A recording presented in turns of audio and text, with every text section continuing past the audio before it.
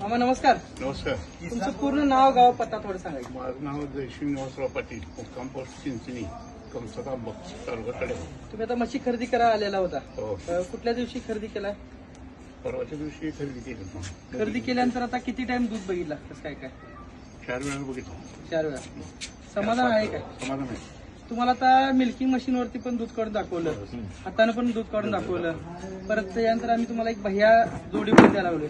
कसं काय व्यवहार वाटला आपल्या हनुमान डेअरी फार्म मध्ये आल्यानंतर? तुम्हाला काय वाटलं? 1 नंबरचा व्यवहार आहे. तसं काही अडचणीचं नाही. इथे येऊन खरेदी करण्यासाठी लोकांनी कसं काय सांगू शकता? लोकांना आवश्यक इथं खरेदी करायला चांगलं आहे. फुल गॅरंटी मला म्हशी दिलेल्या आहेत त्यावर. आता 2 म्हशी मामाने येऊन खरेदी केल्या. 29 तारखेला आपल्याला 40 म्हशी खरेदी झाल्या. होत्या काय भरपूर म्हशी आपल्याकडे? तुम्ही आला तर फास्ट आणि गिराक पण भरपूर, तर विक्री पण झाल्या. मामासने 2 म्हशी त्यातल्या सिलेक्ट केल्या. 2 म्हशी सिलेक्ट करून ऑनलाईन सगळं हे बघितलं, मोबाईलवरती सगळं दूध काढून आपण दाखवले. त्यानंतर त्यासने एक वेळ जोडीदार आला होता. यांच्यातला एक मेंबर येऊन इथं एक टाइम दूध बघितलं. तुम्ही पण दादा जरा बोला, कसं काय काय वाटलं? तुम्ही पण आता पुढे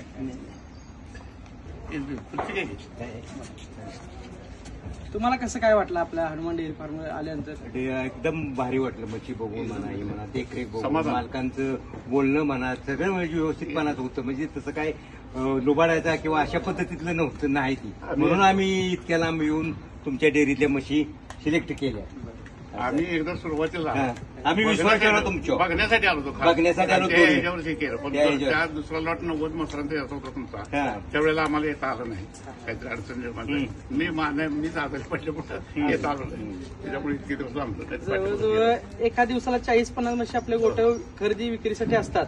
कुठल्याही शेतकरी बंधूंनी आपल्या इथे येऊन 2 टाइम 3 टाइम 4 टाइम इथं थांबून दूध काढून चेक करून बघून घेऊन जाऊ शकताय. कुठल्याही म्हशीची काय फॉल्टी आली पूर्ण सगळ्या गॅरंटीने आपण विक्री करतोय.